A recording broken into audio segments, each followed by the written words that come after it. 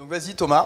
Alors, nous avons participé à un atelier sur les méthodes IPS, Individual Placement and Support, pour essayer de faire un état des lieux de ce qui est fait par ailleurs et de voir ce que ça évoquait chez nous, petits Marseillais.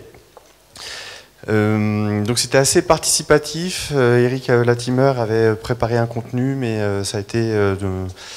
il y a plusieurs questions qui sont venues. Donc, on a rappelé que c'était un modèle qui était bien évalué et que plus on respectait le modèle d'intervention, plus on avait de chances d'avoir des bons résultats d'accompagnement direct dans l'emploi ordinaire. Donc on a rappelé les principes qui étaient dans le champ de la philosophie du rétablissement, c'est qu'on peut avoir des troubles psychiatriques, avoir des symptômes et bien vivre avec, et espérer pouvoir participer à la vie citoyenne, et notamment aux questions d'accès à l'emploi, de travail. Les questions que ça a soulevées comme débat, c'était autour de la question de la pair-aidance, beaucoup. Et ces questions-là ont été aussi... sont venus du fait de la place du alors coach, je ne sais pas si c'est le bon terme, mais du job coach. Eric rappelait qu'un job coach doit avoir en gros deux assises. Il doit être en lien avec une équipe dite clinique qui accompagne des personnes au quotidien sur les questions de soins orientés vers le rétablissement. Et son autre partie de lui, ça doit être de rencontrer des entreprises, contractualiser avec ces entreprises-là des accords pour permettre à des personnes avec des troubles psychiatriques de travailler dans ces entreprises-là, d'être accompagnées sur ce modèle-là. Et donc là, nous, ça nous a questionné en disant, bah oui, ok, on voit bien ce que c'est que de rencontrer des entreprises, d'accompagner des personnes dans les entreprises pour se former au travail que proposent ces entreprises-là. Mais on s'est questionné sur c'est quoi ces équipes cliniques. Et finalement, la question est, peut-être qu'un des critères d'une équipe clinique, c'est qu'elle soit orientée rétablissement. Et on s'est posé la question, est-ce qu'on pourrait imaginer que dans l'état actuel des choses, les secteurs ambulatoires de psychiatrie puissent accueillir des job coachs pour faire de l'accès à l'emploi? On a gardé un peu cette question en suspens, en se disant oui, peut-être, à condition que le secteur ambulatoire de psychiatrie soit orienté vers le rétablissement. Et notamment, un des bons indicateurs, c'est la capacité à avoir des travailleurs pairs dans ces équipes-là. Ensuite, on a développé une partie plus technique sur comment en fait arriver à contractualiser avec des entreprises cette possibilité d'accueillir des personnes avec troubles psychiatriques. Donc Eric nous a raconté une petite histoire qui se passe dans le Népal, où c'est l'histoire, alors j'ai pas tout compris quel était le but de ce messager-là, mais c'est quelqu'un qui dans un village au Népal voulait promouvoir un nouveau projet. Il arrivait à rien et c'est quelqu'un de local qui lui a dit mais en fait pour que tu y arrives, il faut que tu aies la stratégie des 3 tasses de thé. Donc en fait, c'est une stratégie pour rencontrer ces entreprises-là, c'est de se dire qu'il y a plusieurs étapes pour convaincre une entreprise de rentrer dans ces projets IPS. Le premier contact doit servir juste en fait à avoir un deuxième contact. Donc la première tasse de thé, c'est pour espérer avoir le droit à une deuxième tasse de thé. Au cours de cette deuxième tasse de thé, il y a 2 choses qui sont importantes, c'est de commencer à interroger l'entreprise sur quelle est la spécificité de son travail, quels sont ses besoins en personnel, quelles sont les contraintes qu'elle demande à son personnel, et est-ce qu'ils sont d'accord pour une 3e tasse de thé. Et donc là, la 3e tasse de thé, c'est de revenir en disant j'ai bien réfléchi à tout ce que vous faites, c'est vraiment, vous êtes une entreprise très intéressante, et par rapport aux besoins et aux contraintes, nous, on connaît des gens qui feraient complètement l'affaire pour votre entreprise-là, et on va accompagner ces gens sur une période d'essai pour peut-être une 4e tasse de thé, mais là, la 4e tasse de thé, ça sera autre chose. Ok, merci Thomas. Lulu, tu viens nous expliquer avec ta tasse de thé dans les mains, si tu veux. J'en profite parce que tasse de thé, Fralib, voilà, hop. Excellent. Ça en est du thé Fralib. Voilà, je pensais que, enfin, on pensait que dans le cadre d'une journée sur le bonheur au travail, il y avait un exemple très récent et qui perdure, c'était l'expérience des ex-Fralib, qui est devenue une réalité. Donc Gérard est venu nous parler longuement avec beaucoup d'émotion de la lutte qui a duré 1336 jours et qui a quand même eu le mérite de mettre une multinationale comme Unilever dans l'embarras, de se dévoiler aussi de ce qu'une multinationale peut considérer un emploi aussi. C'est ça qui était intéressant, je crois, dans le discours de Gérard. L'accent a été mis bien sûr sur la lutte parce qu'il y a eu une lutte de solidarité. Donc tout ce qu'il y a eu autour par rapport à ce qui s'est mis en place dans le temps, y compris des reprises d'usines qui avaient été investies par des nervis du patronat, quoi. Donc ça n'a pas été non plus, je ne sais pas si ça a été dit, mais moi je sais que ça s'est passé comme ça. Voilà, et donc on rentre dans le... Alors ce qui n'est pas facile, le but était aussi de faire ressortir comment ce bonheur-là, quoi, celui qu'on explique.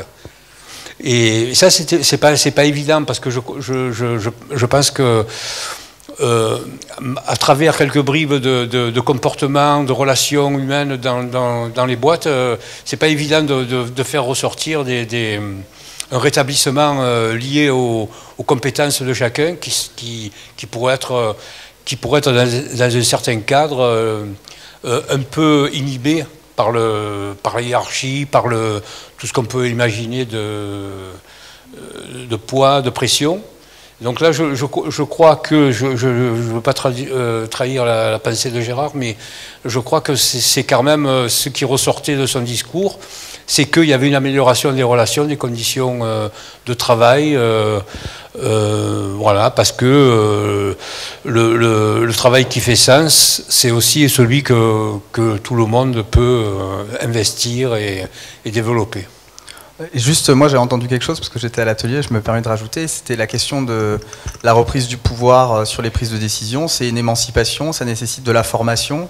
Et j'ai entendu l'émancipation en fait, le mot d'émancipation. Voilà, c'était juste pour le rajouter. Oui, mais tu as bien fait de le rajouter, c'est parce que je l'ai oublié. Mais voilà. Ok, merci. Ismaël, tu vas nous rapporter le coaching sportif adapté à la maladie chronique. Mais Mohamed, peut-être si tu veux me filer un coup de main parce que j'ai pas tout suivi, je vais essayer de vous dire un peu ce que j'ai compris. Donc ça a été présenté par Pierre Dantin qui est professeur des universités et vice-doyen de la fac des sports de Lumini, qui travaille sur le coaching sportif, donc qui côtoie tous des grands entraîneurs sportifs et qui s'est intéressé à savoir comment quel mécanisme il y avait dans le coachisme, dans les coachs sportifs qui pourraient permettre de donner du pouvoir aux personnes pour pouvoir faire face à des situations particulières, notamment la maladie.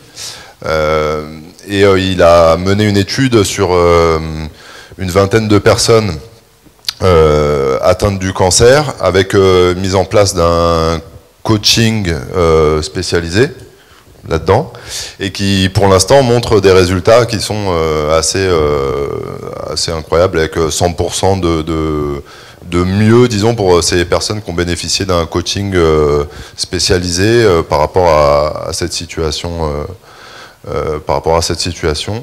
Et on a pas mal parlé de tout ce qui était relation d'aide, d'accompagnement, comment être avec la personne, comment tenir compte de ses choix, voilà, de la manière dont elle voulait vivre sa maladie, et comment se construire en tant que personne avec une maladie quelle qu'elle soit, dans un environnement, dans une communauté dans une communauté, et quelle aide on pouvait avoir au niveau des théories du coaching sportif là-dedans. Est-ce que tu vois d'autres choses? Bon, juste quelques précisions sur le programme de recherche qui est mis en place par Monsieur Dantin. Donc Pierre, c'est un programme de recherche et d'accompagnement de patients en rémission. Et ils font des hypothèses qui restent à vérifier, mais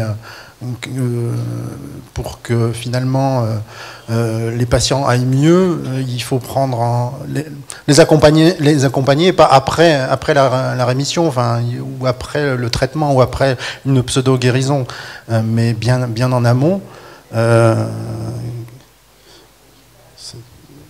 Il faut pouvoir garder le patient motivé. Alors c'est la question qui se pose, comment on fait pour garder un patient motivé? Et c'est aussi la question que tout le monde se pose quand on est dans une relation d'aide. Comment on fait? Bon, voilà, donc on n'a pas répondu à cette question. Vous vous doutez bien qu'en 3 quarts d'heure, on ne répond pas à ce genre de questions. Et l'idée, c'est quand même de mettre aussi en évidence dans ces relations d'aide le développement des compétences. C'est des choses qu'on entend souvent, mais qu'il faut répéter constamment, quoi, parce que finalement les compétences, elles ne sont pas aux professionnels, elles sont aux personnes qu'on accompagne. C'est leurs compétences qu'on cherche à faire émerger dans cette relation sous la forme d'une coopération. Et voilà. Marie-Pierre, tu as un truc à rajouter? On a également évoqué la question de la bienveillance, de l'empathie et de la sincérité. Mais je vais te laisser peut-être en dire un peu plus. En fait, ouais. Il fallait rajouter, en fait, il disait qu'il était important qu'on ne pouvait pas aider ou obliger à se soigner les personnes qui ne voulaient pas qu'on les aide. Ah, mais on m'entend bien, je pense. Ah, excusez-moi. Vous m'entendez là? Oui. Donc oui, on a parlé de bienveillance, d'empathie, d'humanité, qu'on pouvait chacun, sans avoir forcément être professionnel du coaching, qu'on était chaque individu pouvait être coach dans son quotidien, parce qu'il suffit d'être empathique, d'être humain, de vouloir aider, de vouloir accompagner surtout, pas d'imposer, donc du libre arbitre, du respect de chacun, pour pouvoir l'aider, l'accompagner dans sa démarche et surtout pas l'obliger. Voilà, c'était vraiment, je pense, ce qu'il y avait de plus important. Merci beaucoup à vous trois. Mathieu et peut-être Evelyne pour un coup de main s'il y a un oubli. À toi Mathieu. Donc pour l'inclusion, l'inclusion des patients, enfin des enfants atteints de troubles du spectre autistique, nous avons tout d'abord fait un état des lieux du nombre de personnes que cela pouvait comporter.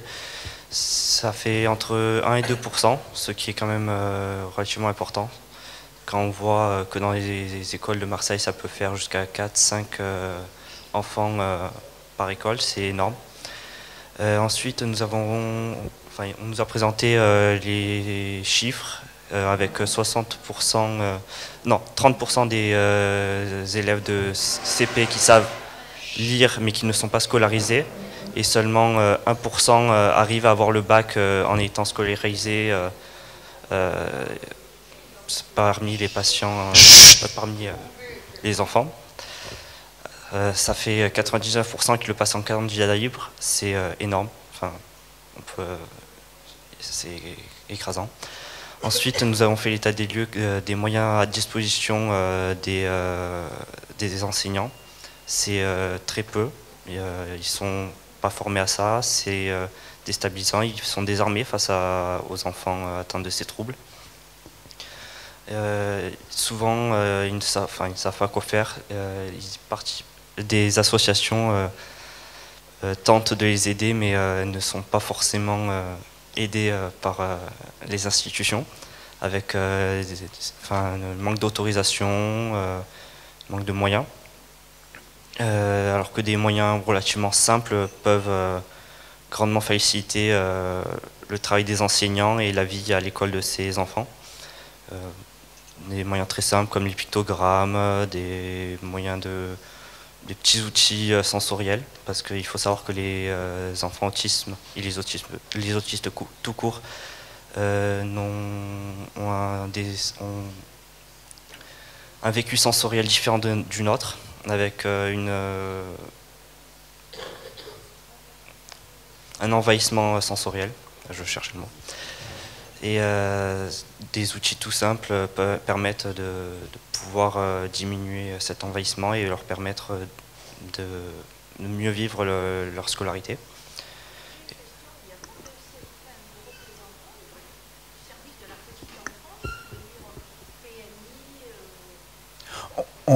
En fait, ici, pendant le rapport des ateliers, on débat pas parce qu'après, ça va partir. On débat après au repas. Donc, ensuite, nous avons parlé des différentes possibilités pour améliorer la situation, avec soit la formation des enseignants, ou alors la mise en place d'équipes mobiles de soutien pour les enseignants qui se feraient face à des élèves différents, quelle que soit la différence, que ce soit du trouble du spectre autistique ou la langue, l'absence du parler français, ou enfin, quoi que ce soit. Ou alors les écoles, entre guillemets, enfin changer le système scolaire. Mais c'est assez utopique. Voilà, je pense qu'on a fait le tour. Peut-être quelque chose qui nous a rapprochés de l'intervention de ce matin, c'est que en fait, la différence, ça nous amène à nous remettre en question et à penser différemment. Dans ce matin, on a vu qu'on pouvait non pas se former, être placé, mais se placer et ensuite se former.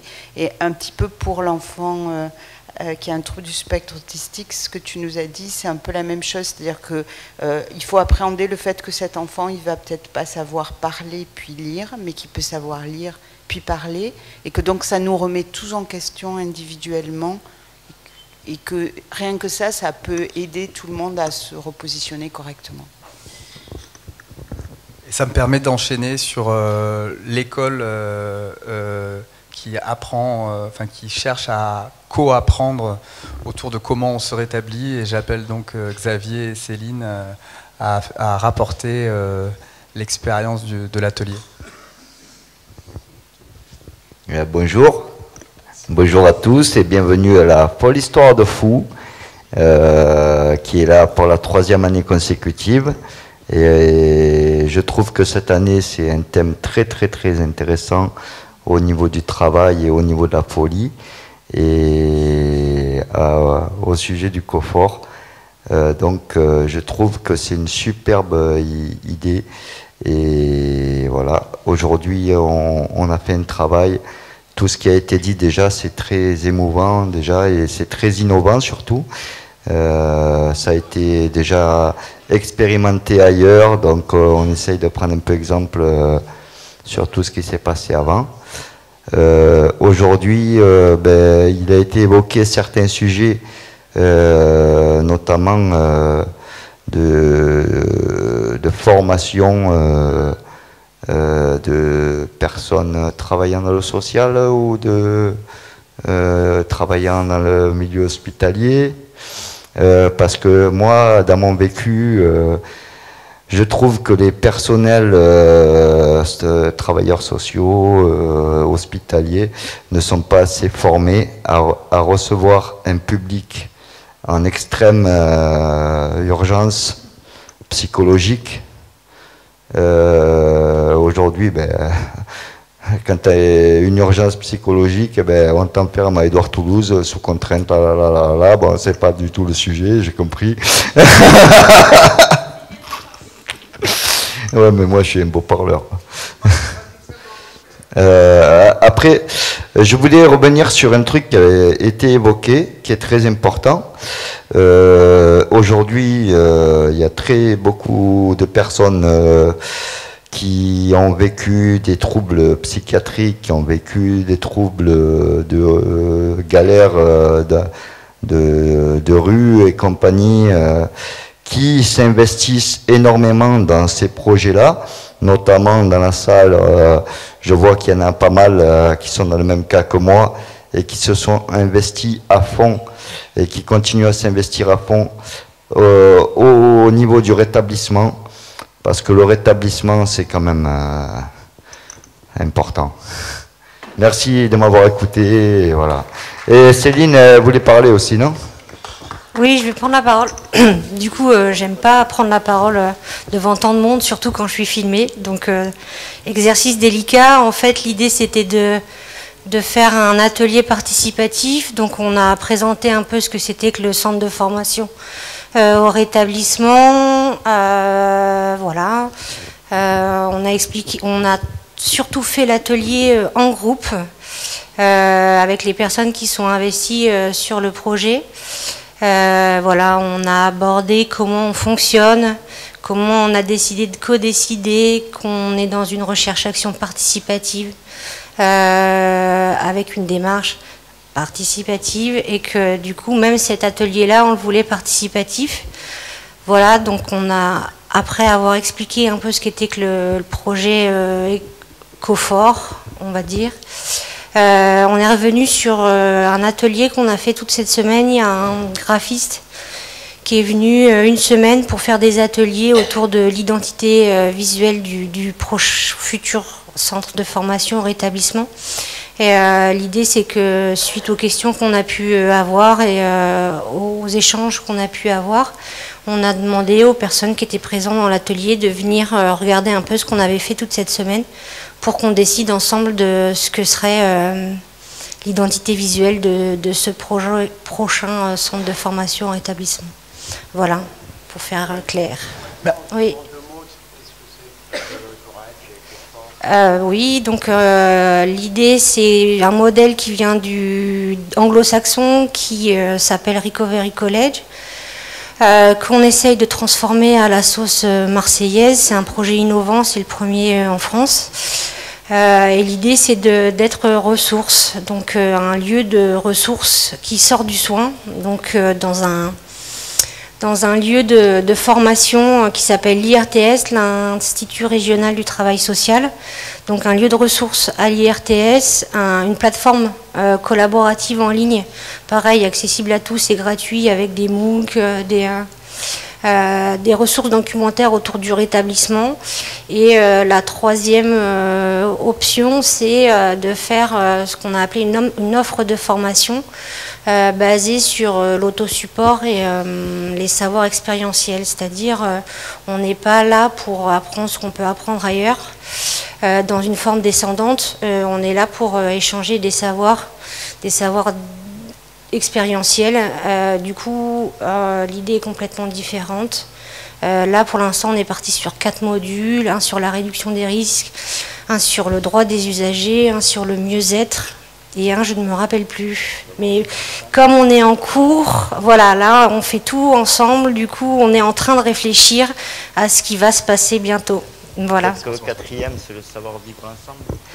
Je crois que c'est le kit de survie face aux institutions. Bon, ben, sur ce, merci beaucoup. On va essayer de survivre en mangeant ensemble dans la grande halle. Voilà, c'est servi, vous pouvez y aller. Bonne survivance ensemble. Poisson d'avril, hein.